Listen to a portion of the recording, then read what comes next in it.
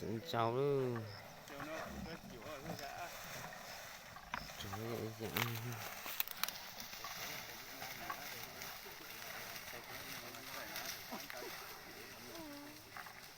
trời nát bãi giá về họ lụt chỗ đó. Trời.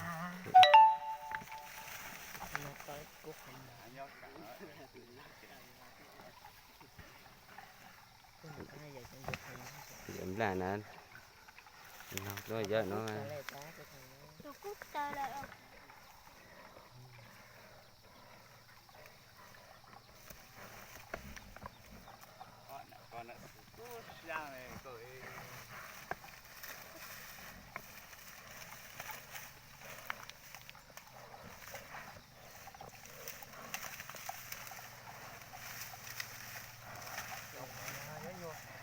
có thể chỉ tí ở được tí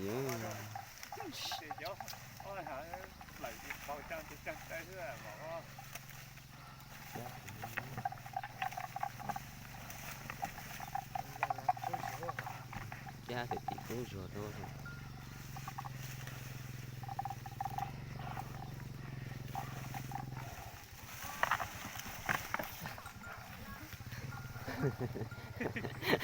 Sao thì rồi cháu rồi.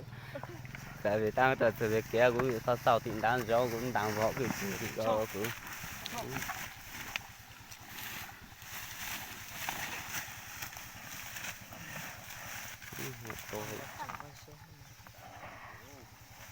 thì có được cú rồi thì có một chỉnh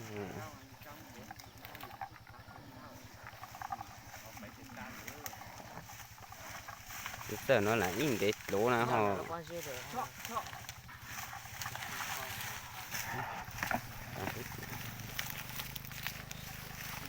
cái giờ nó tới tao rồi nhớ ít lấy gió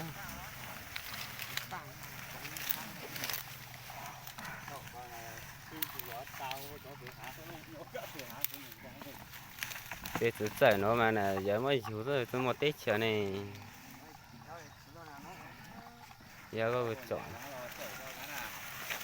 nhà đó giờ thà cho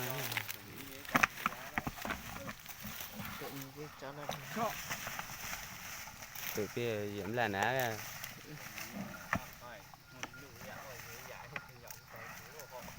lại lùi dạ chổi dặn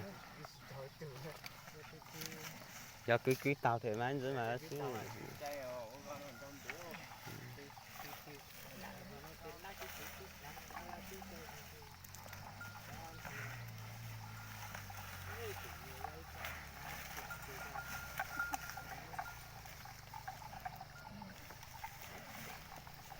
có thể kể có một trang thú họ rồi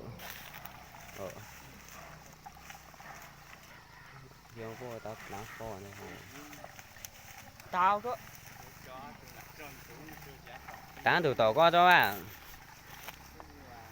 có từ nhà cho nó đó à có từ lấy từ thổi cho đấy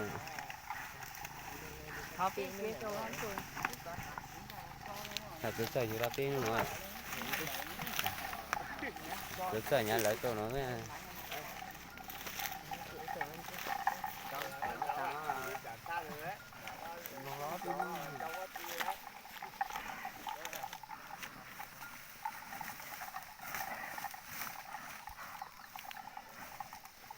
cú chả này họ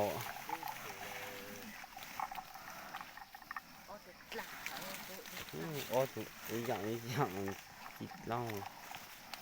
dạng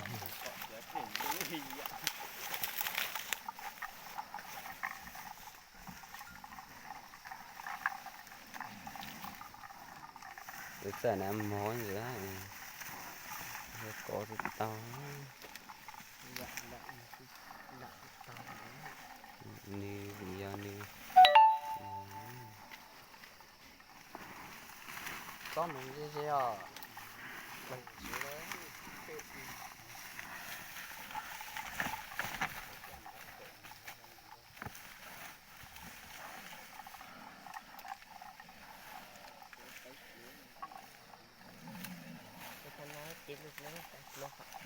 Nếu chỉ được nó bãi gió giờ lạnh thế à giờ có anh lù con chơi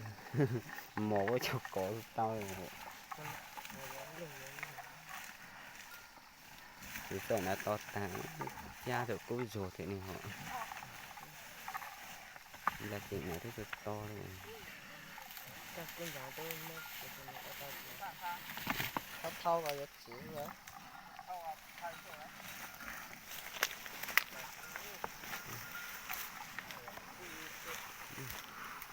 đã chán được cố sẽ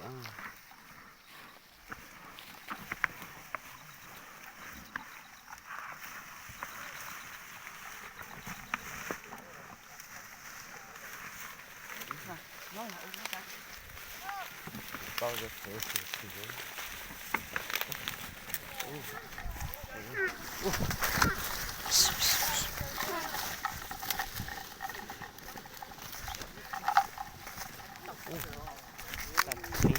Oh.